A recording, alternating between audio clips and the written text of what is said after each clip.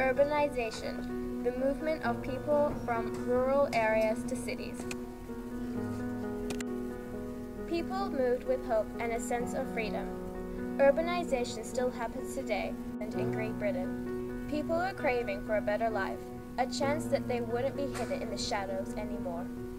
This was the beginning of urbanization, but reality turned them down. People started moving to big cities in order to get jobs and for better living conditions. But working conditions were horrible and vile. Urbanization still exists in India today. The biggest slum in Mumbai is Dharavi. Imagine a man who lives in Dharavi with his sick wife and 6 children. He suffers every day from having to earn money for 8 people.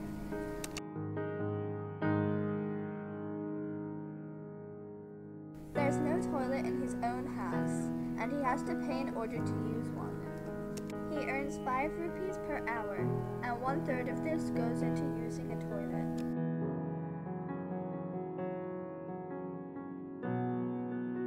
There are piles of trash leaning on his house, and sledges of mud, water, and excrement flows in front of the entrance. There's only one bed, which 6 children have to share.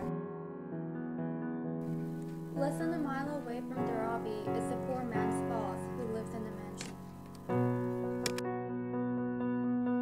The mansion has 4 floors and owns a factory that the poor man works in.